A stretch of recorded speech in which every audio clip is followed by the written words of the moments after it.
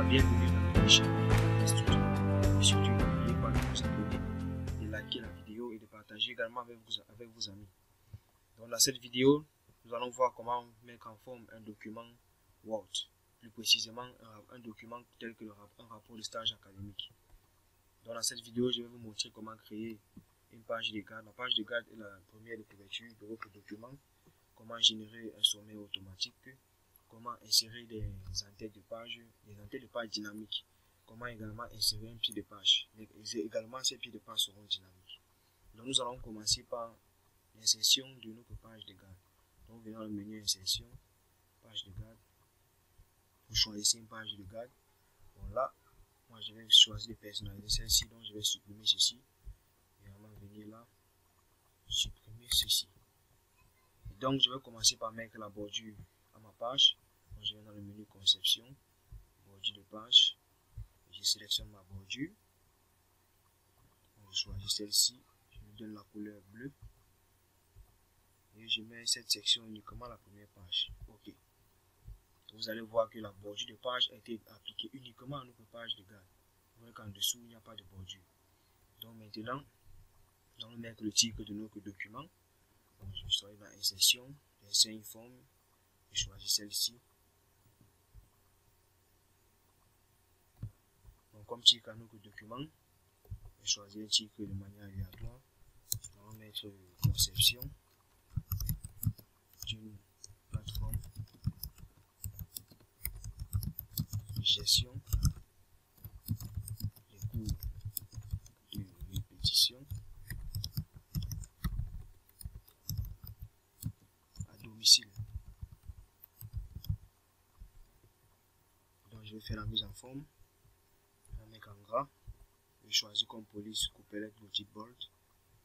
Je vais un peu augmenter la taille du caractère. Ok. La centre légèrement. Et là je vais changer la couleur de remplissage. Mais un peu foncé. Ok. Bon, je vais encore réduire la police légèrement. Voilà. Et donc ici je vais choisir dans le.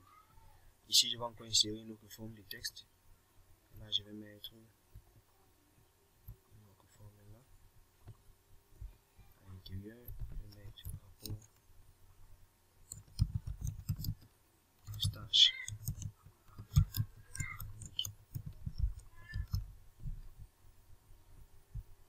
Au niveau de la couleur de remplissage, il n'y a aucun remplissage. On voit qu'il devient blanc. On change la couleur de remplissage du texte. Je mets en noir. Je mets en gras. Je choisis quand on coupe les boutiques bold. Je souligne mon texte. Et je monte la police. Donc comme bordure, je vais également retirer la bordure sur ma forme. Voilà. On a ceci. Je vais l'ajuster. Et donc, nous avons notre sous-titre là. On peut également choisir de mettre un logo juste dans la tête. Donc, je vais copier un logo rapidement. Je vais insérer. J'insère le logo ici en haut. Et le logo 5.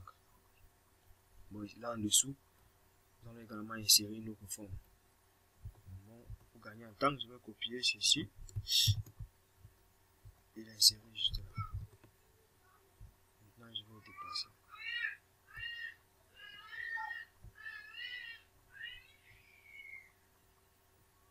Je déplace la forme.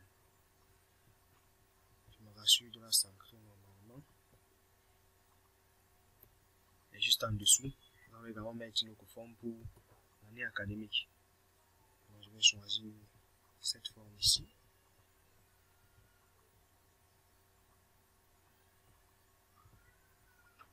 Je vais me rassurer de la s'ancrer d'abord. Voilà. Donc ici, je vais mettre année académique.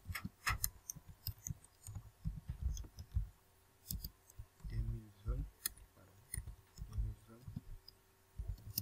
2021. Je vais mettre en gras.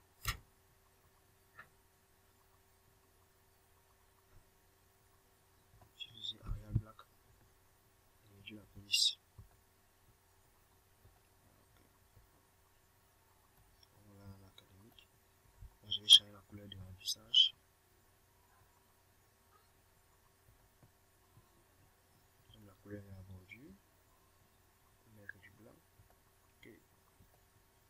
Donc vous avez là donc page de garde. Et donc après la page de garde, nous pouvons faire comme première page, mettons ici une dédicace. Une structure de dédicace. Nous utilisons encore la police coupelette petit bold. Mettons la taille 14. Nous rassurons. Mettons la taille 14 en dessous. Maintenant nous faisons ici le remerciement. Là les remerciements. Pour les remerciements, nous avons la liste des abréviations. Pour la liste des abréviations, nous avons le sommaire. Et donc après notre sommaire, nous avons la liste des figures. Liste des figures et des tableaux. Après notre liste des figures et des tableaux, nous avons un résumé. Pour le résumé, nous avons l'abstract.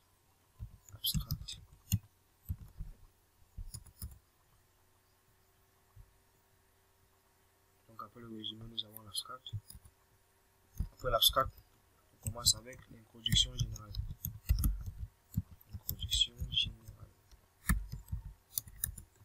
Après l'introduction générale, nous aurons un chapitre 1. Dans le chapitre 1, nous allons faire une présentation de la structure d'accueil. Présentation de la structure d'accueil. Je vais s'ancrer le texte.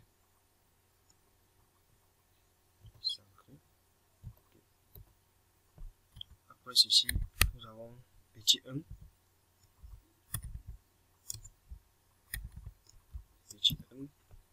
En petit 1, nous avons présentation de l'entreprise.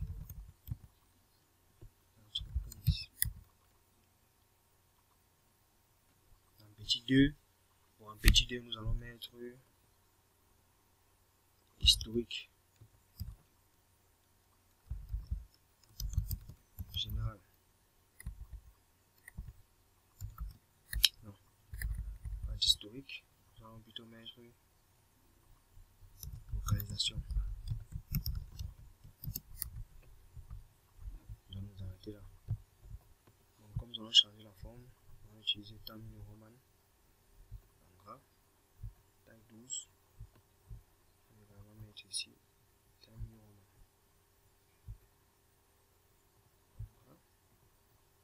Nous allons laisser la taille 14. Taille 14. Ici, on met que l'accent aigu. Okay. Là, c'était pour le chapitre 1. Maintenant, nous allons créer également un deuxième chapitre. Chapitre 2.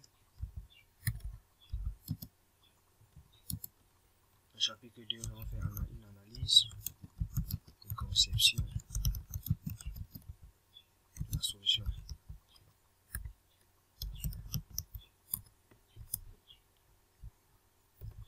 Nous allons encore utiliser la même police. Boutique, taille 12, taille 14. Et en dessous maintenant, petit 1.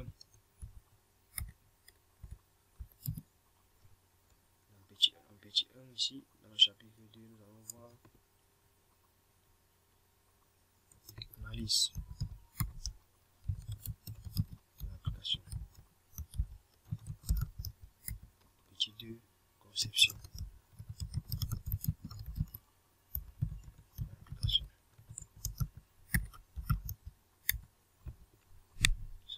Petit 2, nous allons mettre en forme, en gras. Assurer de mettre taille normale, taille 14. Et donc après le chapitre 2, nous aurons directement dans mettre une conclusion générale. Conclusion générale. Conclusion générale, nous allons utiliser la même police que les autres. Donc après la conclusion générale, nous aurons une bibliographie.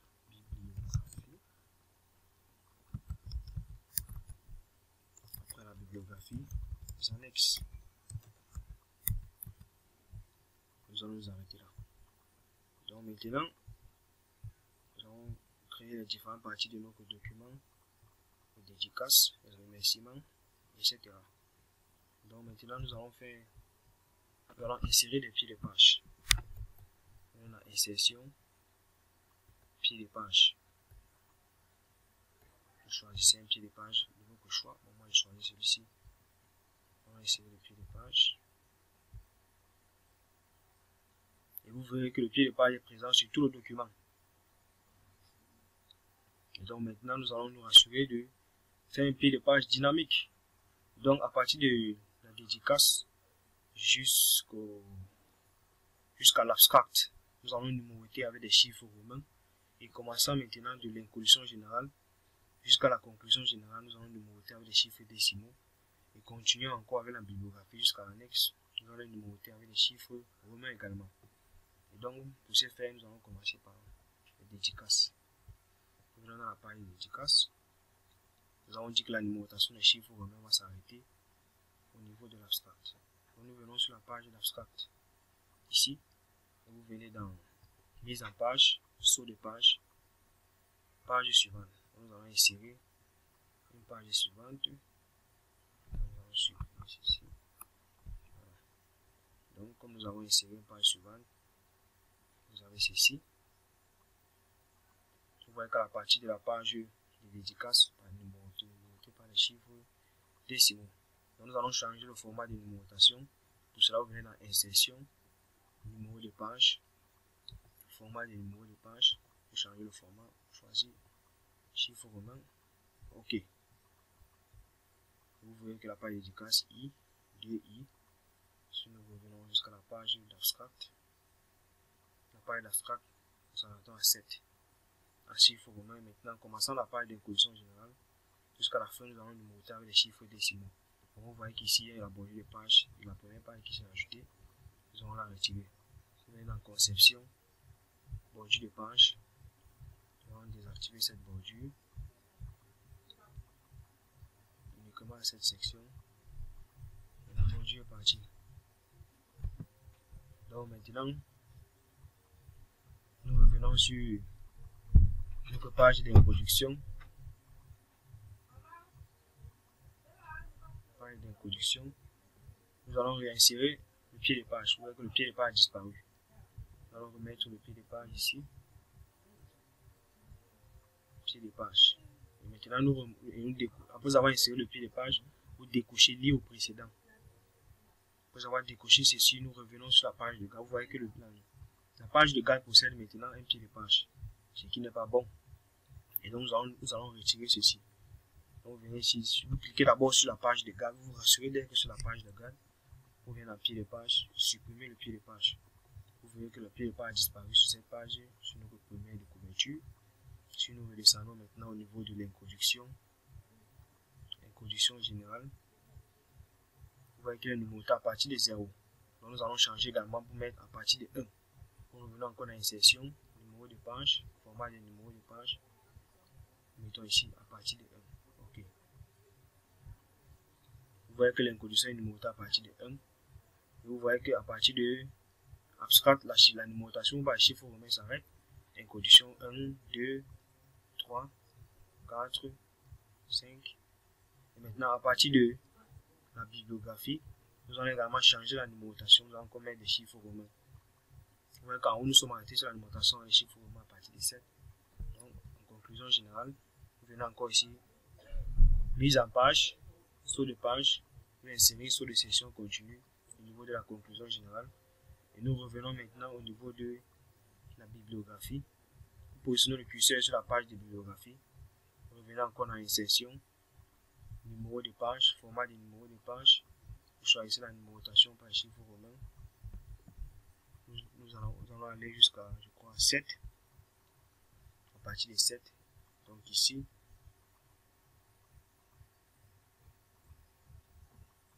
attendez un instant, comme s'il n'a pas pris. Nous allons modifier numéro de page, format de numéro de page.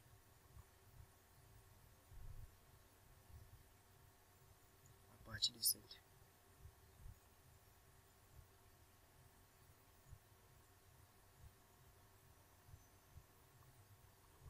partir de ça, nous revenons maintenant au niveau de, pour vérifier la numérotation.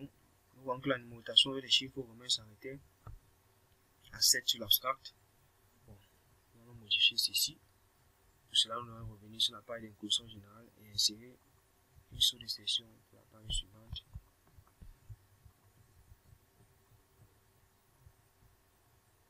Conclusion générale, bibliographie. On va partir ici. On insère notre sous-description.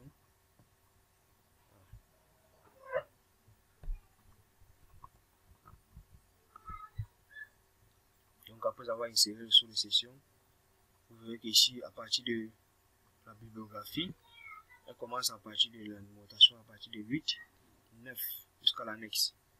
Et si on remonte la conclusion générale, nous arrêtons à 4. Voilà. Je crois que la numérotation a été bien faite cette fois-ci. Du coup, nous revenons. Nous revenons donc maintenant pour faire des en-têtes automatiques. Donc ce que nous allons faire, à partir du chapitre 1, nous allons mettre l'en-tête. Puisque le chapitre 1 pourra avoir plusieurs pages. Donc chapitre 1, nous allons venir ici. Encore sur mise en page, sur les pages, sur les sections continues. Au niveau du chapitre numéro 1. Nous insérons sur les sections continues. Et donc ici, nous allons copier le titre de cette page et le coller en en-tête. Vous double-cliquez sur l'en-tête, découchez d'abord l'option liée au précédent et puis vous collez ceci. Donc ici, nous n'allons pas le s'ancrer. Nous allons réduire la police. Voilà. Donc, on a inséré une solution pour continuer sur cette page. Vous voyez que nous avons réduit la police. Maintenant, vous voyez sur la page précédente, il n'y a pas d'en-tête. Nous validons. Vous voyez ici, dans le cas où le chapitre 1 a plusieurs pages, si je fais un saut de page, vous voyez qu'ici nous avons le chapitre 1. Donc vous allez venir donc sur la dernière page du chapitre 1 et insérer également un saut de session continue. Nous insérons notre saut de session continue. Nous revenons donc au niveau du chapitre 2 pour insérer également sa part en tête. Vous venez ici, vous insérez également un saut de session continue à ce niveau. Donc, on modifie la tête. On décoche encore l'option liée au précédent. Tout d'abord, on décoche l'option liée au précédent et on modifie la tête. Maintenant, on réduit la police. Et c'est tout. Donc, si nous remontons maintenant au niveau du chapitre 1, vous voyez qu'ici nous avons chapitre 1. Là, nous avons chapitre 2. En dessous, nous avons encore chapitre 2. Donc, nous allons revenir encore au niveau de la conclusion générale. Vous voyez que sur le chapitre 2, nous pouvons ajouter d'autres pages. Vous voyez que le chapitre, ici, chapitre 2, chapitre 2. Si nous revenons maintenant au niveau de la conclusion générale, nous allons retirer cette en-tête. Nous double-cliquons là et nous décochons encore l'option liée au précédent. On sélectionne tout le texte et on efface. La conclusion générale n'a pas d'en-tête. Ici, on descend bibliographie, annexe, pas d'en-tête. Et si on remonte au niveau du chapitre 2, nous avons une en-tête.